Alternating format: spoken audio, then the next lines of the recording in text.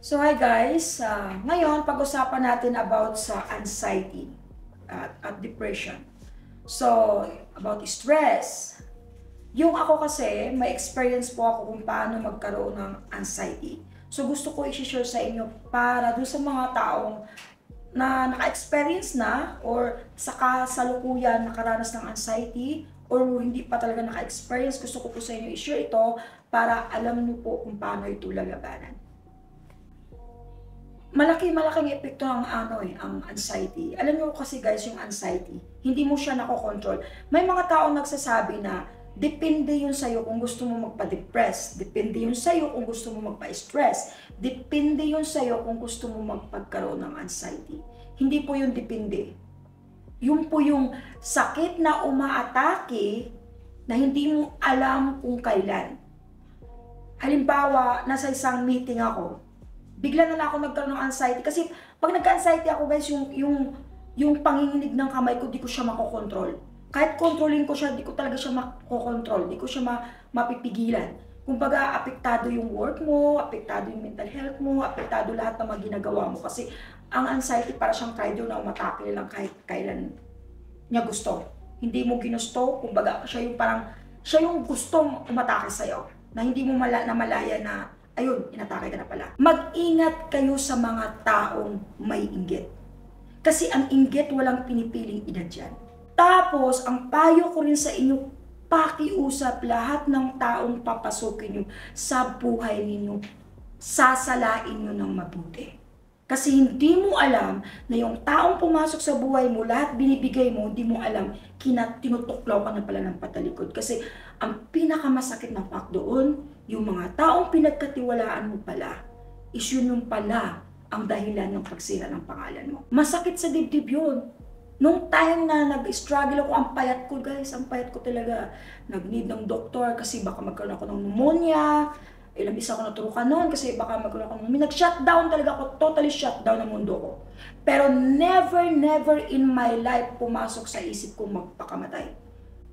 Hindi nyo dapat hayaan manalo yung mga taong naninira sa inyo. Dahil pag ginayaan mo silang manalo, talo ka. Sa lahat ng mga tao na nakaranas ng anxiety, sa lahat ng mga tao na nakaranas ng stress, ang may payo ko sa inyo, you leave it to God everything. Yun na lang. Tsaka dun sa mga taong nakakita ng mga taong may anxiety, may depression, saka stress, huwag niyo po silang pagtawanan. Huwag mo po silang pagsabihan na choice nila yan. It's not their choice. It's not our choice. And it's not my choice. Okay? Dumating lang talaga sa part na hindi ko siya na-handle. That time. Okay, that time. Matagal na yun. Ako, super okay na ako ngayon. So, para sa akin doon sa mga nakaranas, kung makakita man kayo ng mga taong mayroong stress, depression, anxiety, wag niyo ipakita sa kanila na nakipag-usap lang kayo kasi for the sake lang na mayroon silang pinagdaanan. Kailangan, sincere nyo silang kausapin, ipakita mo sa kanila na kakampi mo sila, na mahalaga sila sa iyo. Kahit kaibigan mo pa yan, ibang tao, kasi isang bagay yung nakakatulong sa kanila para mag-isip na kaya ko to, may tao pala akong kakampi, may nagmamahal pa rin sa akin.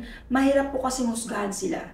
So sa lahat ng mga nakaranas ng stress, depression dyan, isang bagay na lang talaga ang pwede ko may payo sa inyo, katulad ng ginagawa ko, I believe in God.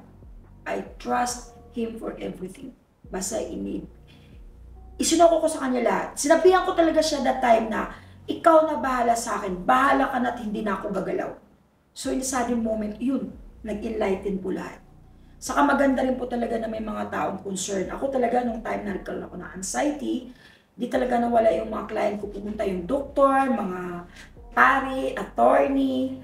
Pero mag-ingat lang kayo sa mga taong mahilig manira. Kasi talaga, mag-ingat kayo sa mga taong mapagsamantala, mag-ingat kayo sa mga taong nagkukunwari na papasok sa buhay mo, pero yung pala, ang tangka lang ay sirain ka. Mag-ingat din po kayo guys, ha? Parang negosyo lang yan. May papasok, may kalaban ka sa business, may kakupintensya ka, mag-uutos ng ibang tao yan para alamin yung ginagawa mo para paano ka pababagsakin. Kasi yung inggit po walang pinipili po yan. Mabata ka man, matumboy, mabakla, mababae, malalaki ka man, kahit ano ka pa ang inggit ay wala pong pinipili yan. So, kailangan you have to trust yourself. So, sa lahat na nakaranas, huwag niyong tapusin ang buhay niyo dahil lang sa mga social media bashing. Isipin nyo na lang po yung mga yan, wala yan. Kaya ako pag binabash ako ngayon, I have to be honest, hindi ako magmayabang. Hindi ko na pinapansin, hinayaan ko lang, buhay nila yan eh. Diba? Besides, in the one word, nakakatulong din natin sila din. So, huwag nyo na po pansinin yung mga bashers. Huwag po kayo magpapekto. Huwag talaga po kayo magpatalo. Huwag nyong tapusin ang buhay nyo dahil lang sa kanila. Diba? Sila yung mga taong malungkot sa buhay. Sila yung mga taong hindi na kontento kung anong meron sila. Kumbaga nakita nila yung ibang tao pero yung sarili na hindi na nakikita. So, huwag nyo papansinin yan. Basta sa lahat ng pinagdaanan ninyo, kung nag-alangan man kayo maniwala na may Diyos, subukan nyo munang lumapit sa Kanya. Kasi ako talaga, I leave it God everything. Okay? Sinuko ko sa Kanya lahat. Kaya ngayon, so far, nag-struggle lang ako ng 1 taon mahigit noon. But this time, I'm really okay. I'm fine. Lahat po tayo mag-ingat, huwag magpapekto kasi sa buhay natin, hiram lang natin, lahat tayo dumadala sa mundo ito. Di nyo kailangan maging perfecto, kailangan nyo lang maging mabuti at magkaroon kayo ng kindness sa kapwa niyo para magaan din ang buhay at makontento kayo kung anong meron kayo para maging masaya po kayo. So hanggang doon na lang po yung aking sharing sa aking anxiety journey before. Pero now, I don't have anxiety anymore. I'm okay. Thanks, guys.